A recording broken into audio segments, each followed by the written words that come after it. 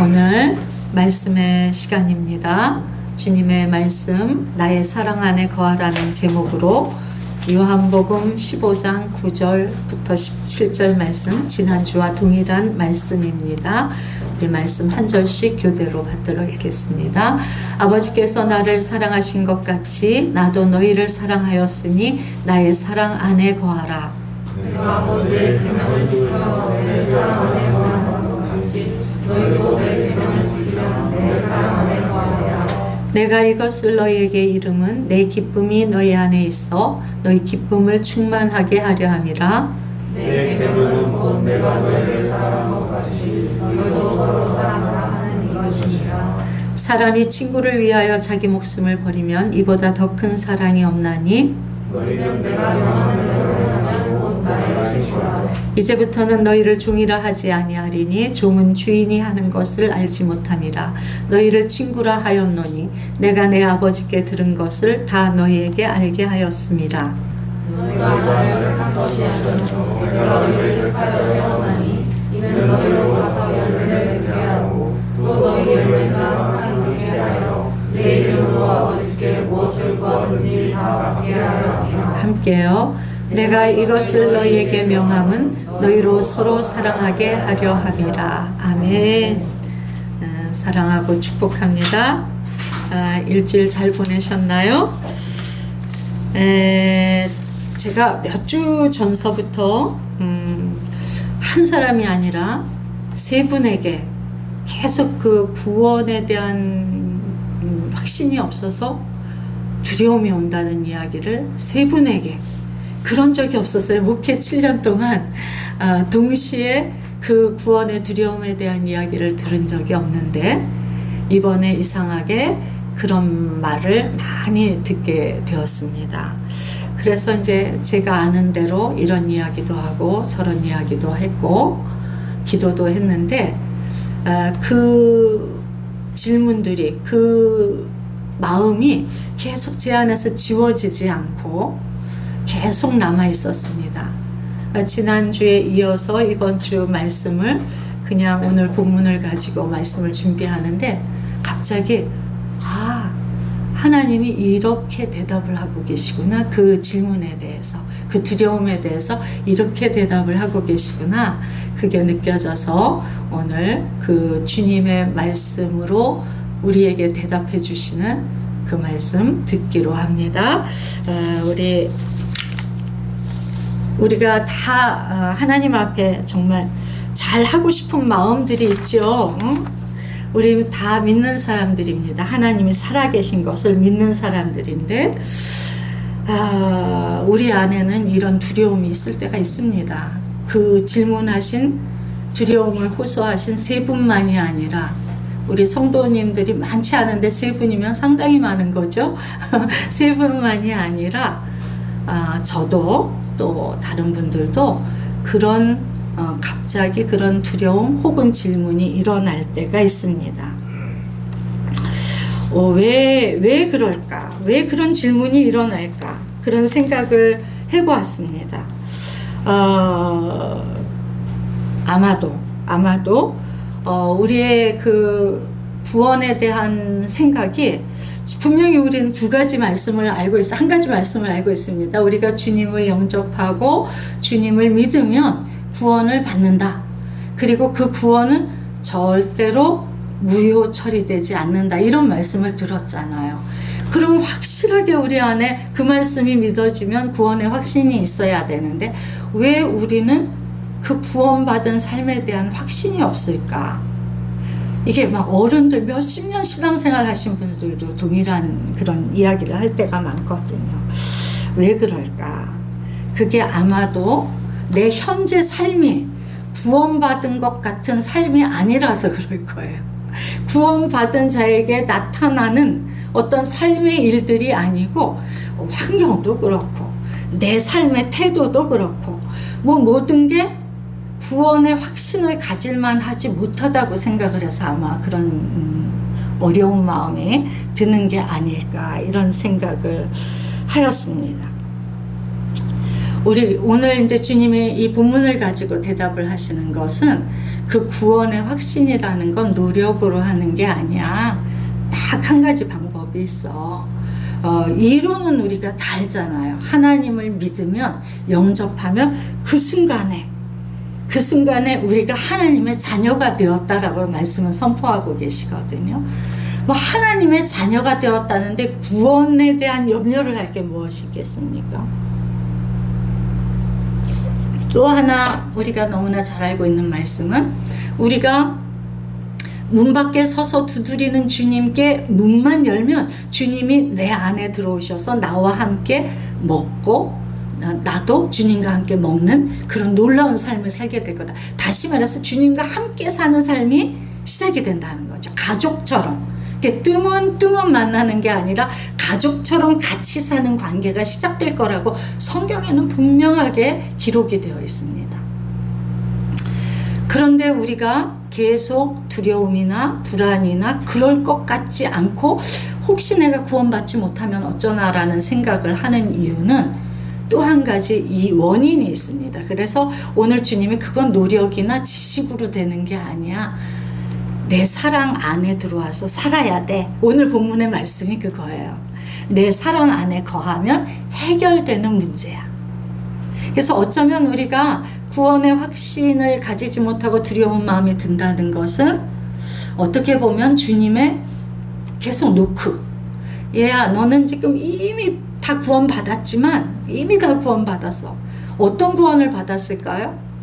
법적으로 우리가 하나님의 자녀가 아니라 딴 곳에, 딴 집에서 다른 사람을 부모로 알고 딴 집에서 엉망진창의 삶을 사는 거예요.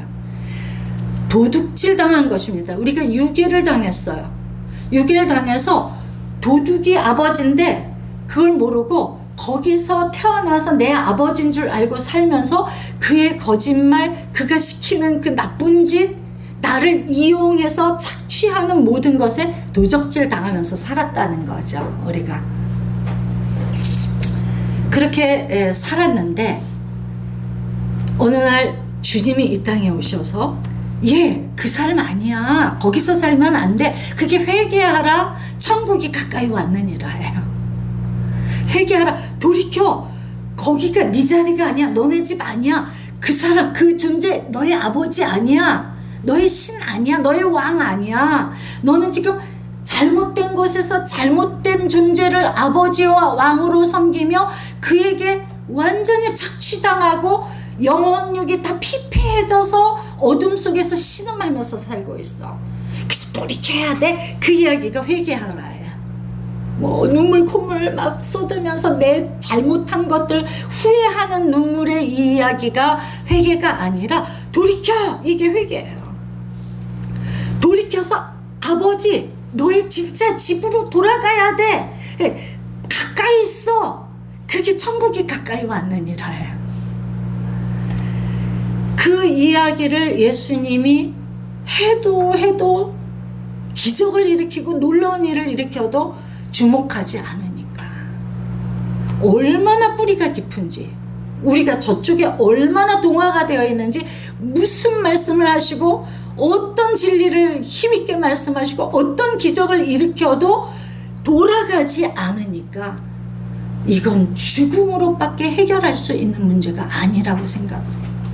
아니기 때문에 그 법적인 근거, 그 값을 저쪽에 유괴해서 내 거야 라고 소유를 주장하는 저 원수에게 그렇지 않아. 내 목숨을 줄게. 내놔.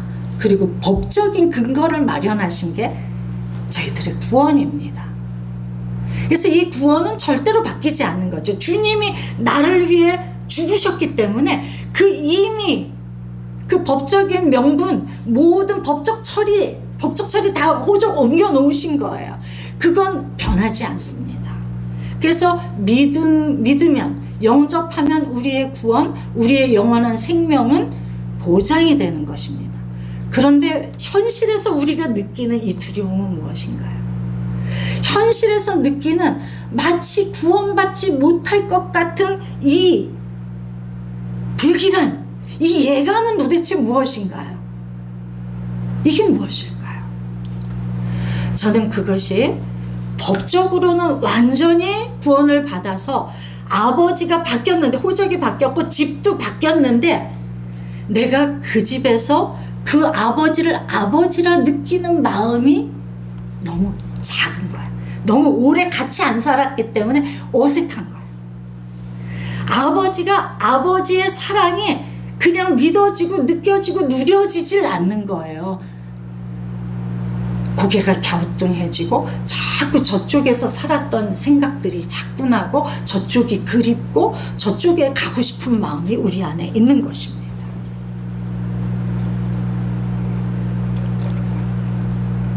그 원수가, 그 나를 유괴한 그 원수가 우리의 주위를 절대로 안 떠나죠. 맹 돌고 있습니다.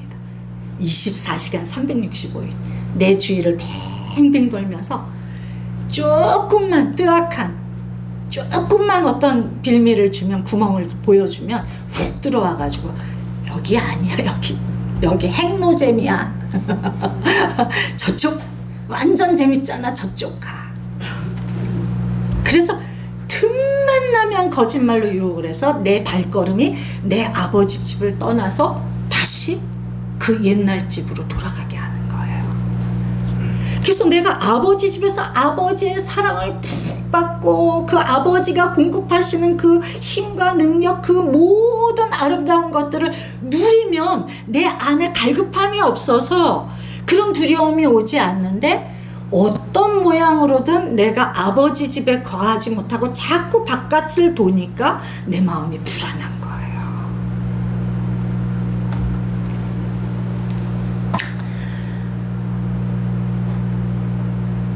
주님이 이제 이런 우리에게, 야, 그 법적인 거, 우리 그래도 그러니까 그 두 가지 질문 안에서 우리가 질문하는 거잖아요. 의구심이 생기는 거예요. 한번 믿으면 구원을 영원히 주신다고 했는데 왜 내 마음에는 그 확신이 없는 거지? 이런 생각을 하게 되는 거잖아요.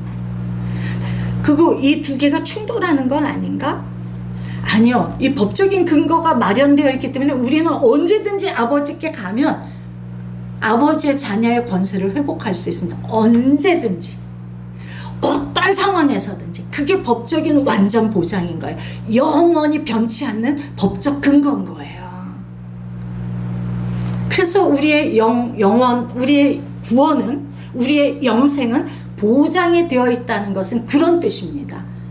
내가 언제든지 아버지께로 돌아가면 아들의 권세, 자녀의 권세를 회복하고 그 삶을 누릴 수 있다. 이거는 절대로 변치 않는 진리다, 진실이다. 이것이 바로 우리 구원의 영원성입니다. 그러나 내가 그 좋은 법적인 특권을 내가 기뻐하지 않아. 내가 별로 안 좋아해. 난 자꾸 저쪽이 좋아. 그래서 저쪽을 계속 들락날락 거리다 보면 아버지 사랑하게 될까요? 안 사랑하지 않을까요? 사랑하지 않게 돼요. 아버지 집에 그 좋은 것들을 내가 누릴 수 있을까요? 없어요? 누릴 수 없어요. 그러다 보면 혹시 이 법적인 이 놀라운 특권을 내가 스스로 버릴 수도 있습니다. 주님도 이 법적 근거를 다 해놓고 문 활짝 열고 동구방까지 매일 나와서 내가 오기를 기다리시지만 내가 스스로 가지 않으면 아버지도 어쩔 수 없다는 거예요. 그런 의미에서 구원이 없을 수도 있는 것입니다. 법적으로는 완전 보장이지만 언제든 내가 누릴 수 있는 그 조건이 갖추어져 있지만 그건 절대로 불변입니다.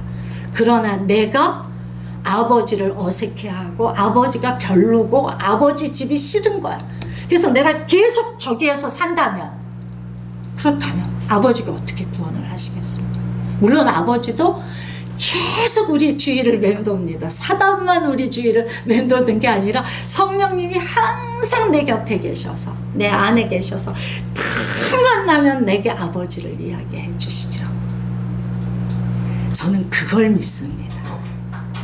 한번 주님을 영접하고 그리고 주님이 어떤 분인가를 깨닫고 법적, 우리가 지식적으로 아는 거예요. 이거. 내가 지금 어떤 존재가 되었다는 거 알고 그리고 그 안에서의 삶을 살아본 이 경험이 있는 사람은 성령님이 내가 저쪽에 가서 무슨 짓을 해도 내 안에서 계속 그 그리움과 여기가 아니라는 것에 대한 자각을 주시기 때문에 그 성령님의 도우심으로 인해서 우리는 아버지 집이 문득 생각나는, 쥐염 열매를 먹다가 돼지가 먹는 그 죽을 먹다가 문득 아버지 집이 생각나게 하시는 성령님이 우리 안에 계시기 때문에 저는 우리가 구원의 길을 떠나지 못할 거라는 믿음이 있습니다.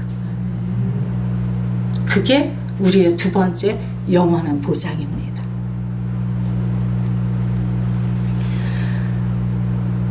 자, 그런데 이제 하나님과의 관계를 이렇게 보면 우리가 법적으로 다 알지만 세상 밖은 이야기 할 거 없고요. 하나님 세상 밖에도 하나님 믿는 사람들도 있어요. 자기 하나님 믿는데 교회만 안 다니는. 근데 그게 무슨 힘이 있겠습니까?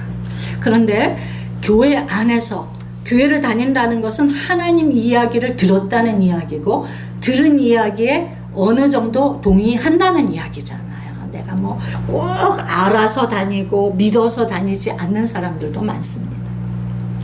아무튼 교회를 다닌다는 건 최소한 하나님에 대한 이야기를 들을 때 막 반대하고 아니야 이러진 않는다는 이야기입니다.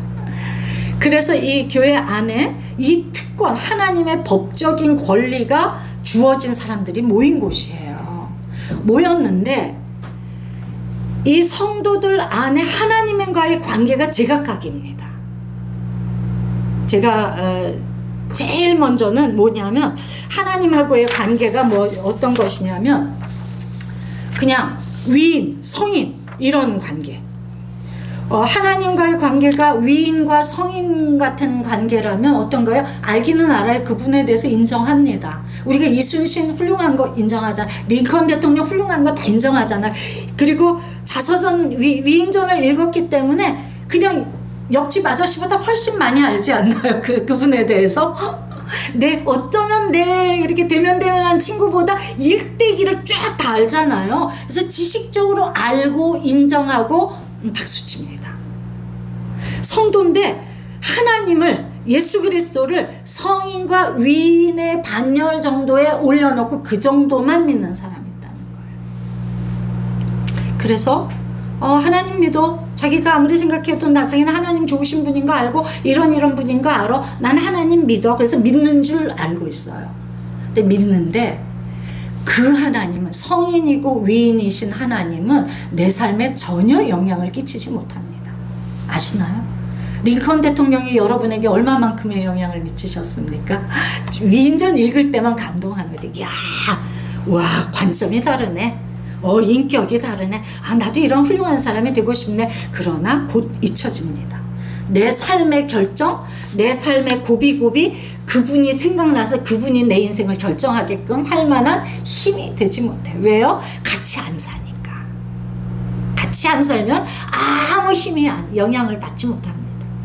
또 한 가지 케이스는 뭐냐 하면 스승. 하나님을 인격적으로 만나고도 저는 기도할 때마다 훌륭한 스승이신 하나님, 예수님, 성령님 고백은 했어도 아버지 하나님은 잘 고백이 안 되더라고요. 제가 어느 날 보니까 깜짝 놀랐어요. 왜 다른 사람들은 고백 기도를 할 때 하나님 아버지 사랑합니다, 아버지이신 나의 주님 막 이렇게 고백을 하는데 나는 그 기도를 한 번도 안 하더라고요. 10년을 하나님을 인격적으로 만나고 달려갔는데 그 고백을 제가 안 하더라고요. 깜짝 놀랐어요. 선포 기도를 막 그룹에서 시키는데 저는 계속 너무나 놀라우신 스승이신 하나님을 고백을 하더라고요. 이게 뭘까? 그때부터 저에게 질문이 생겼습니다. 이게 뭘까? 나에게 왜 하나님은, 아버지 하나님은 없을까? 왜 스승이신 하나님만 고백을 할까? 저는 하나님을 인격적으로 만나는 그 순간부터 말씀으로 하나님이 인도하신 게 엄청나요. 3년 동안 필사를 하면서 매일 스쳐 지나가는 생각에도 말씀으로 답하신 하나님을 만났거든요. 너무 놀라운 거예요. 하나님이 살아계시지 않고서야 어떻게 이런 일이 일어나느냐 말이야. 내 마음속에 스쳐 지나간 생각인데 말씀으로 딱 만나게 하시는 거예요. 깜짝깜짝. 그래서 제가 말씀을 그냥 이렇게 습관적으로 읽어본 적이 거의 없었던 것 같아요. 매번 이 말씀을 내 삶하고 연결이 돼서 깨우치는 그런 말씀이었죠. 그러니까 하나님은 나에게 둘도 없는 스승이고 놀라운 스승이었어요. 스승은 많은 영향을 끼치기는 합니다. 그 사람에게. 그 사람이 좌절할 때 좌절하지 않을 수 있도록 영향을 끼칠 수 있고요. 그리고 좋은 선택을 할 수 있도록 영향을 끼칠 수 있습니다. 그러나 그것도 한계가 있습니다. 그분과 함께 살지 않기 때문에요. 내가 필요할 때 그분을 찾아가서 무언가를 배우고 깨우칠 수는 있지만 내 존재 자체의 변화는 일어나지 않습니다. 지식이 우리를 바꿀 거라는 착각을 하지 마세요. 우리 성도들의 제일 큰 착각은 뭐냐면 아는 걸 자기가 믿는 거라고 생각을 해요. 자기가 그런 사람이라고 착각을 해요. 우리에게 어떤 통찰이 와도 말씀을 꿰뚫어도 말씀을 꿰뚫면 그 말씀이 내 영혼을 흔들어서 바꾸는 거지. 말씀을 아무리 기가 막히게 깨달았다고 해도 내 존재가 바뀌는 것은 아닙니다. 그래서 스승이신 하나님은 내 존재를, 내 본질을 바꾸시지 못합니다. 그 스승이 나의 주인이 될 때 완전히 내가 영혼을 뚫어내는 새 존재가 되는 거예요.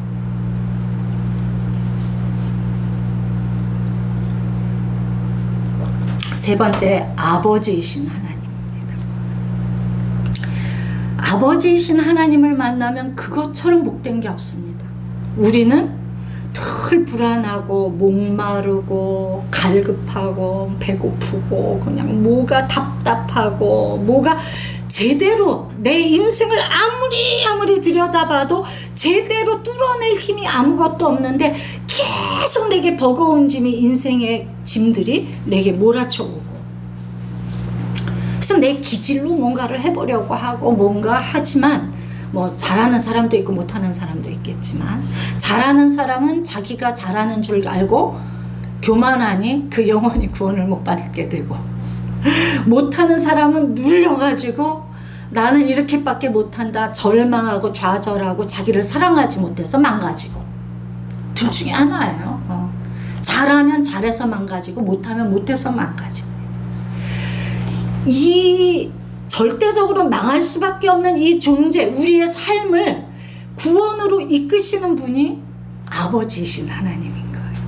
아버지를 만나면 고와 같았는데 부모님이 계시기는 하지만 부모님이 뭐 그렇게 온전하시고 완전하신가요? 우리 부모님이 그나마 부족해도 사랑을 자녀에게 주시면 그것처럼 감사한 일은 없지만 그 사랑조차도 제대로 못 받을 때가 많습니다. 저는 아버지가 100일날 돌아가셨잖아요. 아버지의 사랑이 뭔지를 모릅니다. 제가 왜 아버지를 고백하지 못하나요? 라고 하나님께 묻고 나갔을 때 주님이 네가 아버지가 없었다. 평생 동안 아버지의 이름을 한 번도 불러본 적이 없고 아버지란 존재가 얼마나 너에게 깊은 안정감을 주는지 깊은 공급을 주는지 경험을 해본 적이 없어.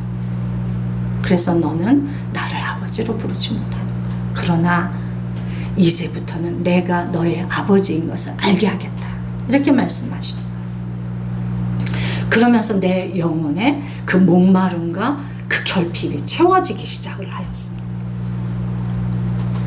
아버지이신 하나님 앞에서는 내가 아무리 흠과 허물과 약점이 있어도 그분 앞에서는 다 용납을 받습니다. 맨 처음에 아버지께 나가서 듣는 이야기는 사랑한다, 괜찮다, 내가 너를 잘 되게 만들어줄게, 걱정하지 마, 이런 하나님이시거든요. 그래서 법적 그 이론으로만 구원받은 게 아니라 내 영혼이 안심하게 만드는 거예요. 내 영혼이 구원을 받는 것입니다. 영혼이 구원을 받으면서 물론 이것도 영혼의 구원이지만 실제적인 구원을 내가 자각하기 시작을 하는 거예요. 그 하나님 아버지의 사랑 앞에서요. 그래서 내가 점점 채워지면서 자라납니다. 자라나기 전에는 아버지 앞에서는 뭐든지 달라는 아기 같은 어린아이 같은 자녀입니다. 아버지 마음 몰라요. 이기적으로 맨날 나는 이렇고 뭐는 이렇고 아버지 제발 막 이러면서 아버지께 나가서 구하는 거예요. 영혼력의 필요만 구하는 우리들이죠. 그런데 우리가 그 사랑 안에서 조금씩 안정감을 찾고 안정감을 찾으니까 어두움에 처하는 일들이 줄어드니까 하나님의 말씀이 제대로 들리고 말씀이 믿어지고 그러면서 우리가 성장을 하는 거예요. 우리가 장성하게 되면 우리가 주님의 친구가 되는 것입니다. 하나님의 마음을, 내 마음보다 하나님의 마음이 더 중요한, 내가 슬플 때 내 슬픔으로 끝나는 게 아니라 자기 연민으로 끝나는 것이 아니라 내 슬픔을 통해서 아버지의 슬픔을 만나는, 그리고 내 슬픔은 간대 없고 그 아버지가 슬퍼하는 것 때문에 내가 또 슬픈, 아버지 때문에 우는, 아버지의 소원이 내 소원이 되는 그런 친구가 되는 거예요. 주님이 너무나 외로우신 거 아시나요? 하나님 너무너무 외로우신 거 아시나요? 하나님이 뭘 우리에게 잘못하셨습니까? 이 세상 우주를 아름답게 만드시고 우리를 아름다운 영혼을 가진 존재로 만드셔서 주님의 그 생기, 주님으로부터 부어지는 그 생명을 부어주셔서 우리가 이 아름다운 세상에서 아름다운 존재로 살게 하시는 게 주님의 꿈이에요. 오직 그게 주님의 꿈이에요. 창조 목적이었고요. 뭘 잘못하셨나요? 그 아버지를 믿지 않기로 결정한 것은 우리입니다. 그 아버지의 말씀을 듣지 않고 원수의 말을 낼름 들은 것도 우리입니다. 그리고는 하나님 안 계시대, 멀쩡히 계신 하나님한테 하나님 안 계시다고 세상에, 그 선하신 하나님한테 하나님 왜 그러시는 거냐고, 도대체 하나님 왜 세상을 이렇게 악하게 만드시고 이런 일에 왜 하나님의 긍휼이 없느냐고, 하나님 왜 이렇게 사람을 심판하시고 막 이렇게 진노하시고 이런 재해를 주시고 왜 이러시냐고. 그 선하신 하나님을 자기가 가지 말라 그리 가면 이런 일들이 일어날 때 제발 가지 말라고 막아서시는데, 죽음으로 막아서신 길을 자기들이 선택해서 가가지고 거기서 쓴 열매를 먹으면서 왜 하나님 나한테 이러시느냐. 이게 세상이에요. 이게 교회입니다. 하나님 얼마나 외로우시지. 하나님이 우리에게 이 말씀은 제발 내 친구가 되어줘, 이 신음이에요. 하나님의 비명이십니다. 나는 너희들이 내 친구가 되기를 너무 바래.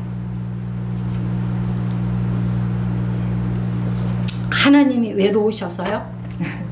외로우시지만 그래서 그런 게 아니라 하나님의 친구가 되는 일이 바로 내 인생을 완성시키는 일이기 때문에 그렇습니다. 하나님의 친구가 되지 않으면, 하나님과 함께 살지 않으면 내 삶에 그 놀라운 열매들, 기쁨, 그 빛나는 것들, 아름답고 광대한 땅이 펼쳐지지를 않기 때문에. 성공을 해요. 성공하는 사람은 있겠죠. 높아지는 사람이 있을 것입니다. 돈 많이 버는 사람도 있을 것입니다. 그런데요, 돈 많아서, 성공해서, 높아져서, 인기 있어져서 뭐가 그렇게 좋습니까? 죽으면 끝날 것들. 우리 인생은요 딱 한 번입니다. 길어봤자 100년이에요. 제가 70년 가까이 살았습니다. 진짜 길게 산다 해도 지금 산 거의 절반도 안 남은 거잖아요. 길게 살아봤자 100년. 그런데 우리가 여기서 크고 찬란해 보이는 것들을 쫓아서 허덕허덕 내 시간들을 다 낭비하고 허덕허덕 쫓아가다가 내 삶이 딱 마무리되는 그 순간, 하나님 앞에 설 때, 그 크신 하나님, 그 놀라우신 하나님 앞에 설 때 우리는 어떻게 반응을 하게 될까요? 그래서 주님이 내 친구가 돼야 돼. 내 친구까지 너희가 자라줘야 돼. 교회들아, 성도들아, 그게 내 꿈이야. 너희를 향한 내 꿈이야 라고 말씀하시는 거예요.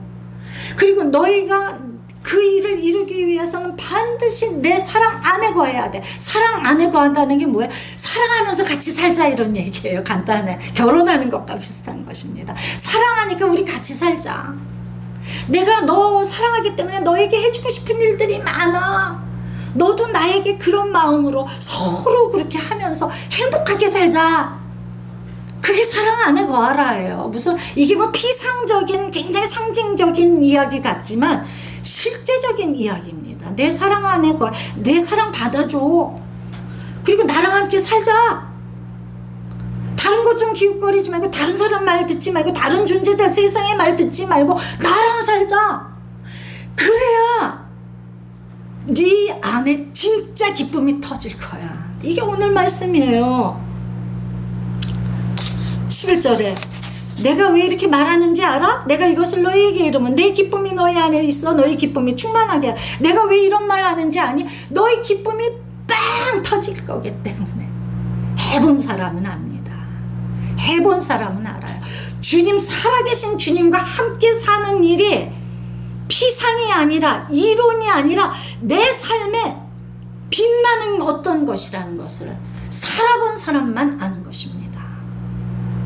주님은 그 말씀을 하시는 거예요. 그리고 너희 너무 열매가 없지 않니? 아둥바둥 뭐 되는 것 같다가 다 흩어져 버리는 일이 수도 없잖아. 그 세상에 헛된 것들 쫓아가지 말고, 그렇다고 하나님이 이 세상 다 무슨 버리고 저기 수도승처럼 수도원에 들어가서 이렇게 하라는 말씀이 아닙니다.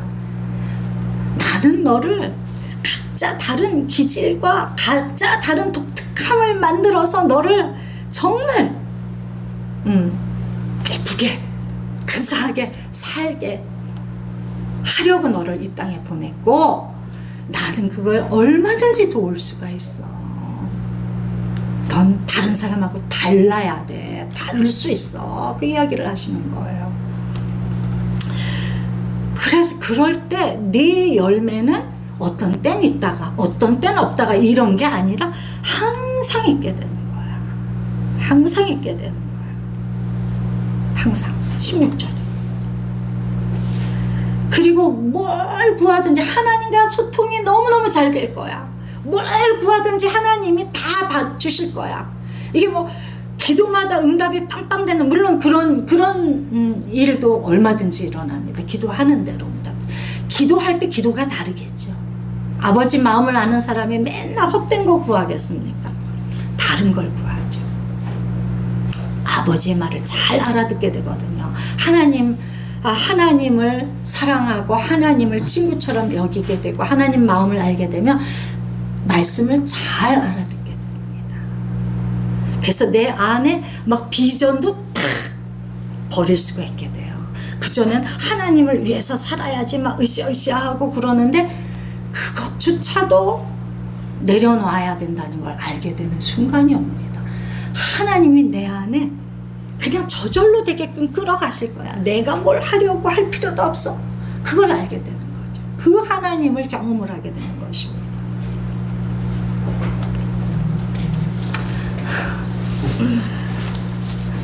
늦게지만 환영합니다.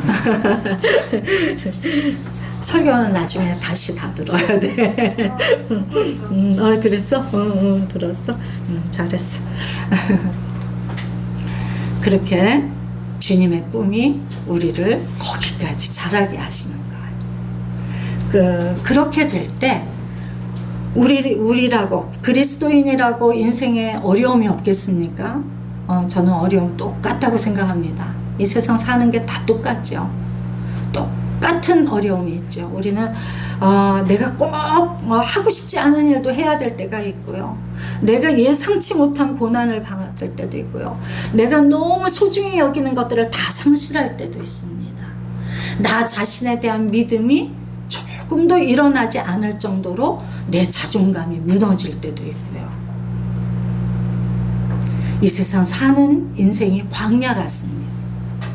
법적으로 애굽에 있던 백성을 야 너희 왕은 거기 아니야 나와 그렇게 나오게 하셔서 첫 번째 모든 삶으로부터, 과거의 삶으로부터 구원을 해내셔서 내가 너희를 아름답고 광대한 땅으로 이끌 거야, 젖과 꿀이 흐르는 땅으로 이끌 거야 약속을 하셨는데 우리의 현실은 광야죠. 물이 없고요, 배고프고요, 길이 험하고 관계가 깨어지고 질병이 있고 원수가 곳곳에 복벽이 있어서 나를 공격하려고 시탐탐 노립니다. 그게 인생입니다. 그런데 하나님을 만나고 하나님이 나의 친구이시고 나를 사랑하는 아버지이시라는 걸 아는 사람은 그 문제마다 혼자 절망하지 않고 혼자 답을 내리지 않고 주님께 가서 주님의 얼굴을 바라보는 거죠. 하나님, 나를 사랑하시는 나의 아버지, 나를 친구 삼아 주시려는 나의 하나님, 제가 이런 문제가 생겼어요. 이거에 대해서 하실 말씀 있으세요? 이거에 대해서 제가 알아야 될 게 있을까요? 그리고 주님이 혹시 문득 떠오르게 하시는 게 있으면 하나님께 내가 물었을 때 떠오르게 하신 거니까 하나님이 알게 하셨다고 믿고 그것들을 지켜 행하는, 왜냐하면 하나님을 사랑하고 소중히 여기면 그 말씀을 소홀히 여길 수가 없습니다. 소홀히 여길 수가 없어요. 말씀대로 사는 삶이 굉장히 무겁게 여겨지시죠, 여러분들한테. 뭐 성인 군자가 아니고서야 사람의 본능도 가지고 여러 가지 연약함도 있고 약점도 많은데 어떻게 그렇게 교과서처럼 훌륭하게 말씀대로 살까? 이런 생각 가지고 계시지 않나요? 저는 그런 생각을 많이 했어요. 하나님이 그렇게 말씀대로 살라고 그러는데 뭐 나는 뭐야 도대체? 내 존재는 뭐야? 그런 질문이 저한테 있었어요. 내가 좋아하는 이것들을 다 버리라고? 어떻게 그럴 수가 있어? 그럼 나는 뭐야? 이런 질문이 저에게 있었어요. 그럼에도 불구하고 저를 구원한 거는 제가 고난이 많았던 사람이기 때문에 그게 참 감사합니다.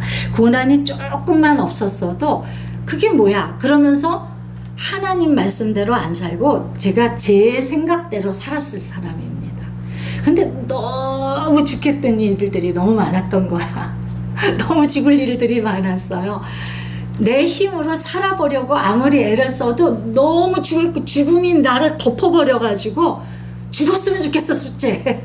죽었으면 좋겠어. 그렇기 때문에 그래도 내가 아는 분은 하나님밖에 없으니까 하나님 앞에 가서 많이 울었습니다.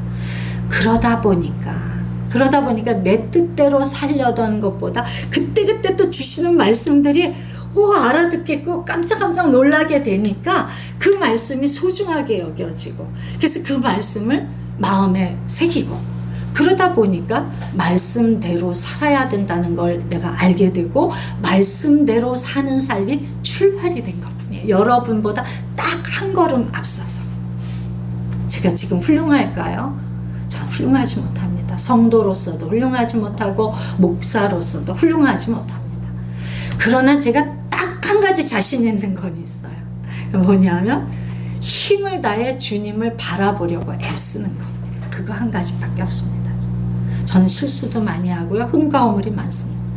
그러나 주님만 바라보면 아무리 시행착오가 있어도 아무리 길을 돌아가도 주님은 반드시 나를 제 길로 놓으시더라고요. 그 신뢰가 숱한 고난을 통해서 수십 년의 신앙생활을 통해서 하나님 바라보려 애쓰는 일들을 통해서 제게 완전한 믿음으로 점점 자라가게 되는 것입니다. 우리는 다 완전하지 않습니다. 우리는요, 나도 모르게 육신의 정욕, 안목의 정욕, 이생의 자랑 따라 살고요. 그리고 내 성격에 약점들이 있어요. 아킬레스건들이 있거든요. 그 부분만 딱 공격이 오면 넘어져가지고 그냥 몸부림을 치면서 못하고 막 이런 데 너무 많잖아요. 그래도 괜찮습니다. 하나님은 우리 아버지로 우리를 완전히 호적을 바꿔놓으셨기 때문에 그 호적은 절대로 변화되지 않아요. 내가 떠나지만 않으면, 내가 돌아올 수만 있다면, 내가 하나님께 나아가 아버지라고 이름을 부른다면 다 되는 것입니다. 그때부터 하나님은 그래, 네가 너무 많이 더럽혀졌구나. 네가 너무 못 먹어서 말랐구나. 네가 지금 밖에서 몹쓸병에 걸려왔구나. 내가 다 고쳐줄게. 내가 씻겨줄게. 목욕부터 시키고 새 옷 입히고 가락지 끼워주시고 진수성찬 차려서, 진수성찬 계속 차려주시면 안 되겠죠?